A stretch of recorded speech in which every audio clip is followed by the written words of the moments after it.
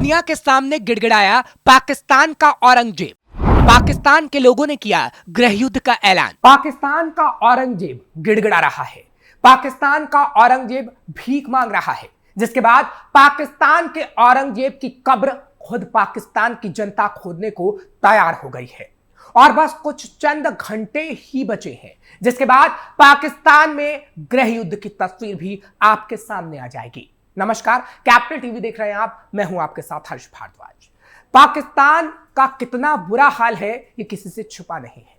हर कोई जानता है कि पाकिस्तान की अर्थव्यवस्था की हालात बहुत खराब है। अब पाकिस्तान के ही वित्त मंत्री ने अपने देश को लेकर पोल खोल दी है। पाकिस्तान के वित्त मंत्री मोहम्मद औरंगजेब ने कहा है कि देश को आर्थिक स्थिरता हासिल करने में कठिनाइयों का सामना करना पड़ रहा है। इसके साथ ही उन्होंने कहा, कर्ज पर कर्ज ले रहे पाकिस्तान की साख खो चुकी है। वित्त मंत्री सीनेट की जलवायु परिवर्तन समिति की बैठक में बोल रहे थे, जहां उन्होंने जलवायु वित्त पोषण से जुड़े मुद्दों और अंतरराष्ट्रीय वित्तीय संस्थानों के साथ पाकिस्तान की वार्ताओं पर चर्चा की। इस चर्चा के बीच वो बोले, हमने एक देश के रूप में अपनी विश्वसनीयता को खो दिया है। औरंगजेब ने कहा कि आर्थिक सुधारों को लागू करना जरूरी है ताकि वैश्विक स्तर पर पाकिस्तान पर भरोसा फिर से दुनिया का हो पाए। औरंगजेब ने बताया कि एशियाई विकास बैंक यानी एडीबी ने $500 मिलियन देने की प्रतिबद्धता को जताया है। पाकिस्तान को अगले हफ्ते अंतरराष्ट्रीय मुद्रा कोष यानी आईएमएफ से $1 अरब मिलने की उम्मीद है, लेकिन ऐसा होगा या फिर नहीं ये वक्त बता पाएगा। उन्होंने कहा कि सरकार ग्रीन पांडा बॉन्ड जारी करने की योजना बना रही है, जिससे विदेशी निवेश को आकर्षित किया जाएगा, लेकिन ऐसा होगा भी या फिर नहीं, इस पर भी अभी पाकिस्तान को संशय बना हुआ है। पाकिस्तान अगर दिवालिया हुआ तो क्या होगा? अब जिस तरह से पाकिस्तान पर कर्ज बढ़ता जा रहा है, ऐसे में जल्द पाकिस्तान दिवालिया हो सकता है, क्योंकि पाकिस्तान के जो आर्थिक हालात हैं उसमें यह लगता है कि ये पड़ोसी देश भी आर्थिक तौर पर दिवालिया होने की ओर पहुंच रहा है। पिछले 2 से 3 सालों से पाकिस्तान की आर्थिक स्थिति डगमगाई हुई है। उसकी पूरी अर्थव्यवस्था लोन से हासिल हो रहे कर्ज पर टिकी है, जिससे ये देश चल रहा है। लेकिन जब भी कर्ज के भुगतान का समय आता है, पूरे देश में हड़कंप मच जाता है।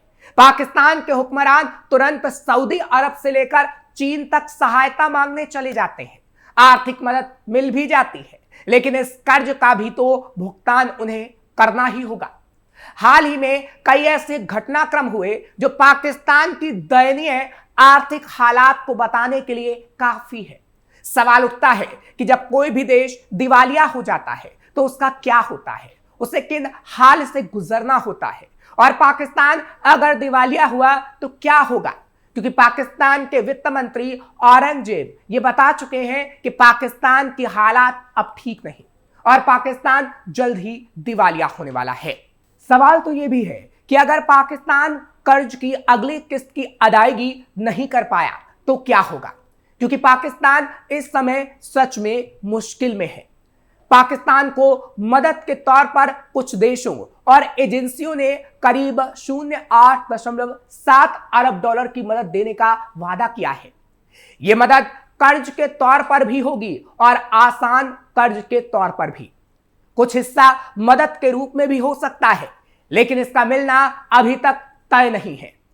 मिलेगा भी तो देर से मिलेगा। पाकिस्तान का हर महीने का तेल से लेकर एक्सपोर्ट तक का बिल ही 5 से 6 बिलियन डॉलर का होता है।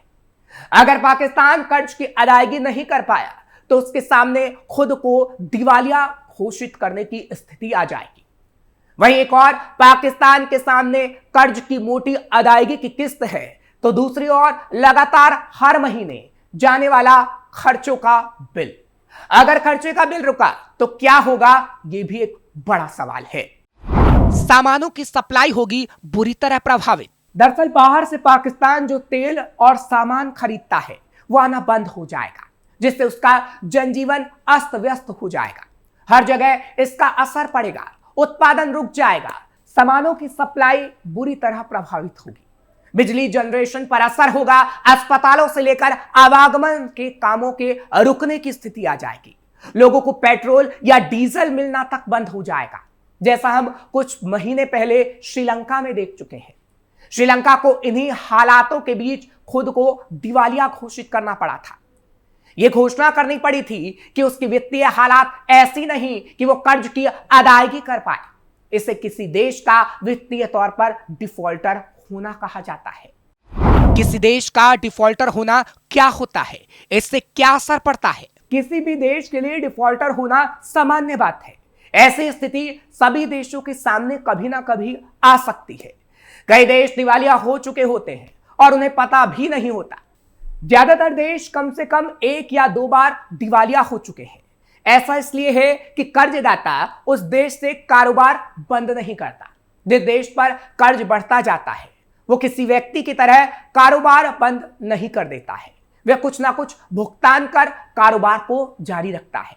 हाँ, डिफॉल्टर होने के बाद आपको जो भी कर्ज मिलता है उसकी कड़ी शर्त होती है और उन शर्तों में देश के आर्थिक सिस्टम में आमूलचूल बदलाव करना भी निहित होता है।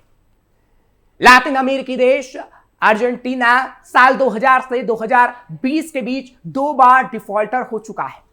2012 में ग्रीस डिफॉल्टर बना, 1998 में रूस, 2003 में उरुग्वे, 2005 में डोमिनिकन रिपब्लिक और 2001 में इक्वाडोर।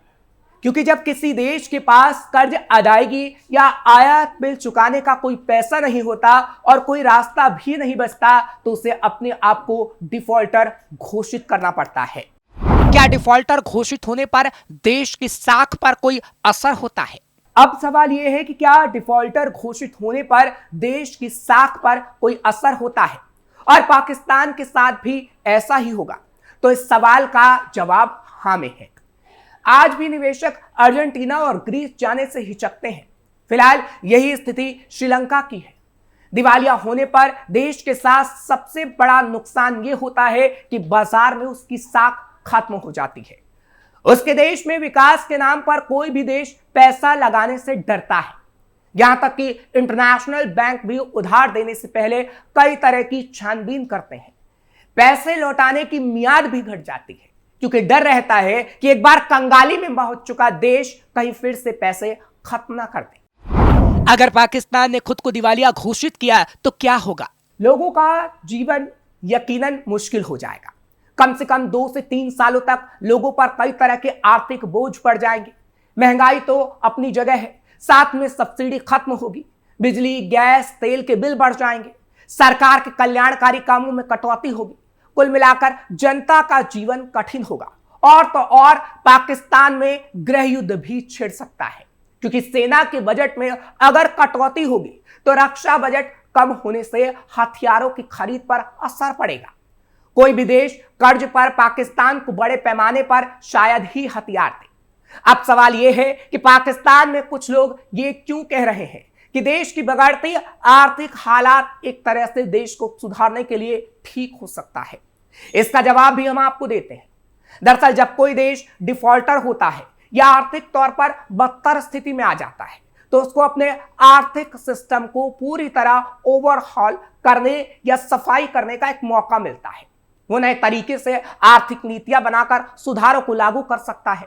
हालांकि इसके नतीजे लंबी अवधि करीब करीब 1 दशक में सामने आते हैं। डिफॉल्टर होने के बाद मनी पावर हाउस बन सकता है कोई देश? श्रीलंका इन दिनों डिफॉल्टर होने के बाद इन्हीं चीजों से गुजर रहा है। फिलहाल रिपोर्ट ये कहती है कि विश्व बैंक और अंतर्राष्ट्रीय मुद्रा कोष की कर्ज की कड़ी शर्तें लागू करने के बाद श्रीलंका में टैक्स बढ़े हैं, हर तरह के खर्च घटे हैं, माइक्रो इकोनॉमी की स्थिरता की ओर ध्यान दिया गया है, भुगतान संतुलन बेहतर किए जाने की ओर ध्यान दिया गया है और सब्सिडी कम की जा रही है। एक्सपर्ट का कहना है कि जब ये कड़े कदम 2-3 साल लगातार चलते रहते हैं तो जनता को खुद समझ में आने लगता है कि आर्थिक स्थितियां बेहतर हो रही हैं। कई बार देश इन स्थितियों से मजबूत होकर निकलता है। इंडोनेशिया में 1999 में यही हालात थे। उसके बाद इससे उबरने में उसे 1 दशक लगे, लेकिन अब इंडोनेशिया अपने क्षेत्र में मनी पावर हाउस बनकर उभरा है। लेकिन पाकिस्तान में ऐसा कुछ नहीं होने वाला क्योंकि पाकिस्तान की इस स्थिति के लिए उसके हुक्मरान उसकी नीतियां जो हमेशा गलत रही और कमजोर सरकारें जहां जिम्मेदार हैं, तो इसके लिए सबसे ज्यादा जिम्मेदार पाकिस्तानी सेना है, जिसके भारी भरकम खर्चों और बड़े पैमाने पर हथियार खरीदी ने, भ्रष्टाचार ने देश के हालात को बिगाड़ दिया है, जिस कारण लोग देश के वित्त मंत्री औरंगजेब की कब्र तक खोदने पर मजबूर हो गए हैं। फिलहाल आपको ये खबर कैसी लगी कमेंट सेक्शन में जरूर बताएं। खबर को लाइक शेयर करें, कैपिटल टीवी को सब्सक्राइब जरूर करिए।